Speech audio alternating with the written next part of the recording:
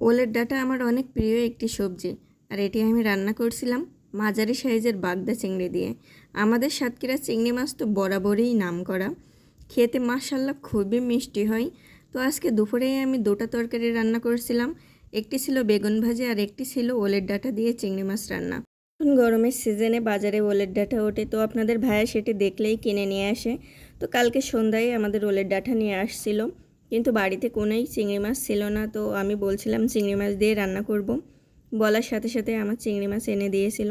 তবে আমি বলছিলাম ছোট চিংড়ি মাছ আনতে, আমাকে এনে দিয়েছিল মাঝারি সাইজের বাগদা চিংড়িগুলো। সাতক্ষীরার মানুষ আমরা কিন্তু মরা চিংড়ি বাজার থেকে কিনি না, আমরা একবারেই জীবিত টাটকা টাটকা চিংড়িগুলো কিনি। এগুলো বাজার থেকে আনার সাথে সাথেই রান্না করলে খেতে অনেক মিষ্টি লাগে আর খুবই টেস্টি হয়।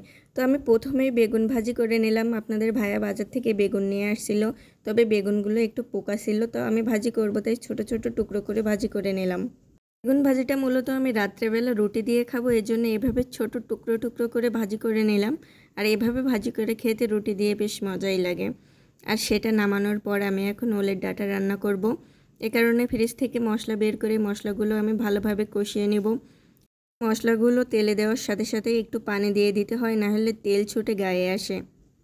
মশলার ভিতরে একে একে লবণ হলুদ সব কিছু দিয়েই মশলাটা ভালোভাবে কষিয়ে নিচ্ছি। আর কষিয়ে নিয়েই এর ভিতরে দিয়ে দিব আমি চিংড়ি মাছগুলো। চিংড়ি মাছগুলো মাশাআল্লাহ খেতে কিন্তু খুবই টেস্টি ছিল। আমি এখন ভিডিও এডিট করছি দেখে তো আমার এখন আবার খেতে লোভ হচ্ছে।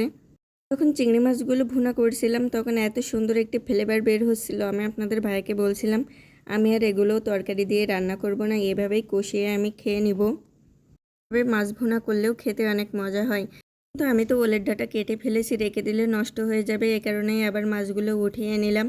মাছগুলো উঠিয়ে আমি এখন এর ভিতরে দিয়ে দিব ওলের ডাঁটা। ওলের ডাঁটাগুলো আমি খুব সুন্দরভাবে কেটে ধুয়ে রাখছিলাম। সেদিন ওলের ডাঁটা কাটলে আমার প্রচুর হাত চুলকায়, তবে আজকে ওলের ডাঁটা কাটার সময় আমার একটুও হাত চুলকায়নি। আমি এখন ওলের ডাঁটাগুলো খুব সুন্দরভাবে কষিয়ে নেব। এই ডাঁটাগুলো কিন্তু একবারেই নরম হয়ে অল্প একটু হয়ে যাবে, আর এখান থেকে প্রচুর পানি বের হবে, এখানে খুব বেশি পানির প্রয়োজন হবে না। বেশ কিছুক্ষণ সময় আমি এখানে নাড়াচাড়া করে কষিয়ে নেব। এই যে আমার কষানো হয়ে গিয়েছে, দিয়ে দিলাম একটু পানি, তবে আমি পানিটা একটু বেশিই দিয়ে ফেলেছি। ইদানিং আমি এই ভুলটাই অনেক বেশি করছি যে রান্নার সময় পানি বেশি দিয়ে ফেলছি। তারপর পানি দেওয়া হয়ে গেলে আমি এর ভিতরে মাছগুলো দিয়ে দিয়েছিলাম, আর দিয়ে দিয়েছিলাম জিরার গুঁড়া। জিরা ভাজি করে গুঁড়া করে রাখি, তো এভাবে আমার রান্না করতে বেশ সুবিধা হয়। তো আপনাদের সাথে কথা বলতে বলতে কিন্তু আমার তরকারির রান্নাটা শেষ হয়ে এসেছে। কালারটাও দেখেন কতটা সুন্দর এসেছে। তো এটাই ছিল আমার দুটো তরকারির ফাইনাল লুক। ভিডিওটা কেমন লাগলো অবশ্যই কমেন্ট করে জানাবেন। ধন্যবাদ।